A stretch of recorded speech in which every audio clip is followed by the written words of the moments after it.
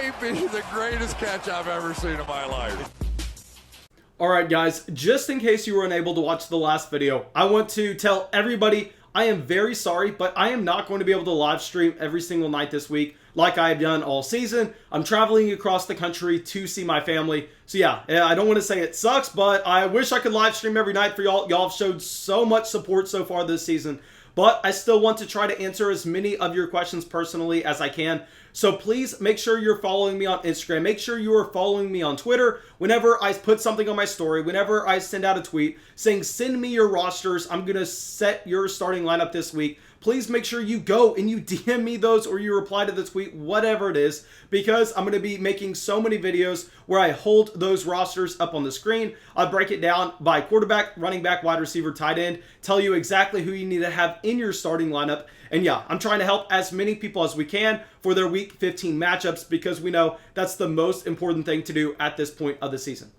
All right, now, thank you guys. Let's get into this video. Let's stop wasting all this time and let's talk about 5 wide receivers currently skyrocketing in value. And it looks like some of these guys could be straight up league winners in 2020.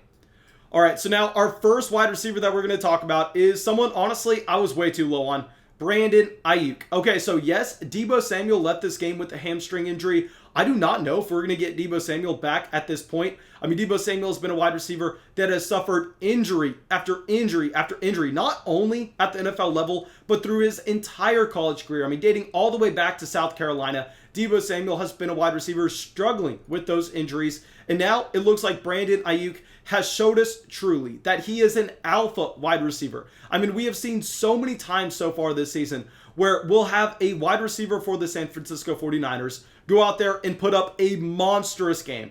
And then a week later, Brandon Aiyuk comes into this offense because he himself has been missing multiple games this season due to COVID, due to injury. He'll come in and he will completely dominate that wide receiver 1 role. I mean, we saw this earlier on in the season with a Richie James, where Richie James was the #1 wide receiver of the entire NFL for a week. And then the next week back, Brandon Aiyuk completely makes him disappear from the offense. And now we saw the same thing with Deebo Samuel later on this season.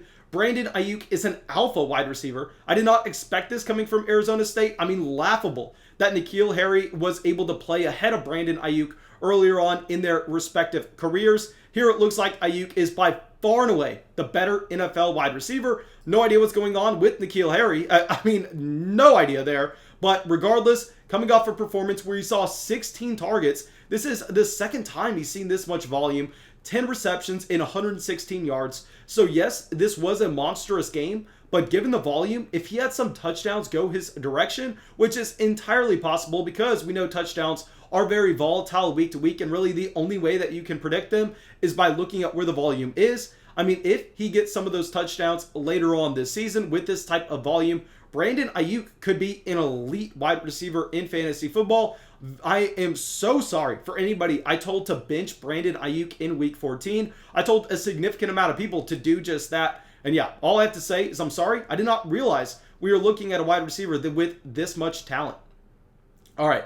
So now our next wide receiver, the talent has never been a question for him. Someone that has been an alpha this entire season, Stefon Diggs. Guys, Stefon Diggs may have cost me 20 grand this past week. I mean, Stefon Diggs knocked me out of a DraftKings contest where I thought I had 20 G's locked up in the bank.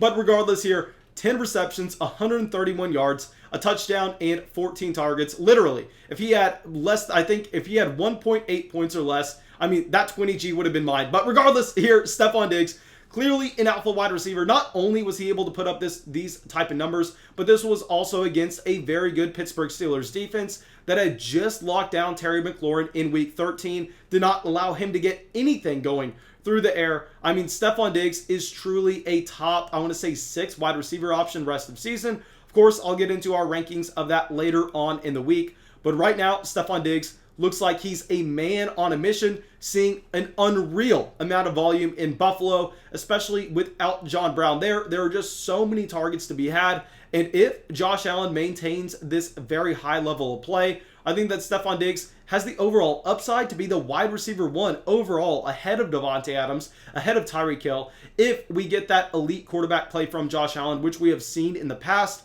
Of course, the reason why Stefon Diggs is going to be ranked below those players, though, is because with Josh Allen, we know how inconsistent he is, how, yes, the highs are so high, but the lows are so low as well. So Stefon Diggs, a little bit more of a volatile option, but, I mean, there's very few wide receivers in the entire NFL that have the same type of upside that Stefon Diggs does in that Buffalo Bills offense. All right. So now let's get to our next wide receiver, someone that I have been putting on our buy low or just buy high, whatever you want to call him. He was a trade target for us for the past month now. Allen Robinson. Okay, guys, with Allen Robinson, it looks like Mitchell Trubisky is an upgrade over Nick Foles. Now, y'all know about a month ago whenever we saw that Nick Foles injury, I was not saying that Trubisky was going to be an upgrade. I was saying that it was more of a lateral move and there was no reason to be worried about Allen Robinson. The reason that I was actually targeting Allen Robinson in our leagues, though, was because that great fantasy football playoff schedule. The same reason why we were targeting David Montgomery. And here, Allen Robinson coming off a performance where he saw 13 targets, a touchdown, 123 yards, and 9 receptions. I mean, just absolutely insane what we got from Allen Robinson here. And I think this is something that's going to continue because if you look at the next 2 games for Allen Robinson, he has one against the Minnesota Vikings and then another against the Jacksonville Jaguars. I mean, Allen Robinson looks like he is on his way to being one of the best wide receivers in the entire NFL, and it may not even be that close. I am so excited to see what we get from Allen Robinson in Week 15 because he is a truly alpha wide receiver in a league that is kind of desperate for alphas. I mean, how many guys do we have that consistently see 30% of their team's targets? I mean, we have like Terry McLaurin, we have DeAndre Hopkins, we have Devontae Adams, and that's about it. I mean, I would not even call Tyreek Hill an alpha wide receiver. Yes, he is very talented. Yes, I'd rather have Tyreek Hill over Allen Robinson in fantasy. That's mainly due to the fact that he has that elite level speed combined with his quarterback play in Patrick Mahomes, but not necessarily that profile of a wide receiver that's just going to be getting all of the volume in the offense like we were seeing from Allen Robinson. Okay, so now our next wide receiver is someone that I think we need to consider as a top 5 option rest of season. I told y'all he was a top 5 wide receiver and to lock him in Week 14. Calvin Ridley. Okay, guys, Calvin Ridley, I've gotten so many nice DMs for people telling us to start him in every single league, but I'm sorry here. I'm not going to really gloat about it because Calvin Ridley's call as a must-start wide receiver in Week 14 was like the easiest thing that you would ever see in fantasy football. I mean, no Julio Jones in this offense is just going to command Calvin Ridley to see an absurd amount of volume. I mean, this past week, 12 targets, which, yes, is not necessarily up in that Allen Robinson, Stefon Diggs range, but we know with a Calvin Ridley, based on the level of efficiency that he's had in terms of his fantasy points per target throughout his entire NFL career, I mean, 12 targets is absurd for Calvin Ridley. We see that coming in just this week where he was able to get 8 receptions, over 120 total yards, coming down with a touchdown as well. And now with Julio Jones, honestly, it sucks. This is coming from someone who has Julio on a significant amount of his fantasy playoff teams. But I don't know if we get Julio Jones back this year. I mean, what's the incentive for the Atlanta Falcons to bring back Julio Jones when he's a 32-year-old wide receiver who is not necessarily the picture perfect of health? And we know that this team is not playing for anything in terms of their playoff chances. So here, I think that Julio Jones could get shut down. I think that Calvin Ridley could be a top 5 wide receiver rest of season. All right.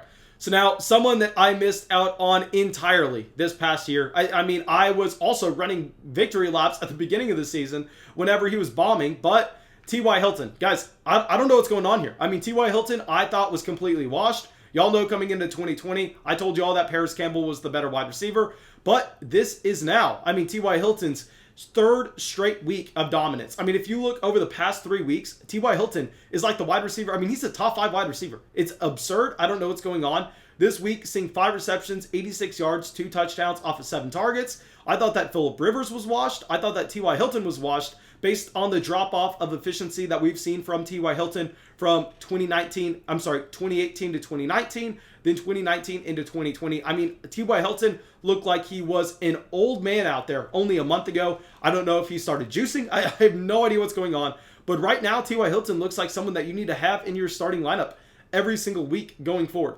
Personally, I mean, I don't understand it, but it's something that I cannot ignore. Please, if you have a good take on why T.Y. Hilton has been able to turn around his season, really stop old man father time. I mean, let me know, because T.Y. Hilton was someone that I left for dead, and now I'm going to have to consider putting in some lineups. All right, now, thank you guys. I really hope y'all enjoyed this video. I really hope y'all got something from it. As always, if y'all did, go down there, drop that like, leave that comment, subscribe to the channel. It helps us out so much. And also, go follow us on Instagram. Go follow us on Twitter. Send me screenshots of your rosters. That way, they can be broken down in the videos that come down later this week. But yeah, that's all I got for y'all, and have a great day, guys.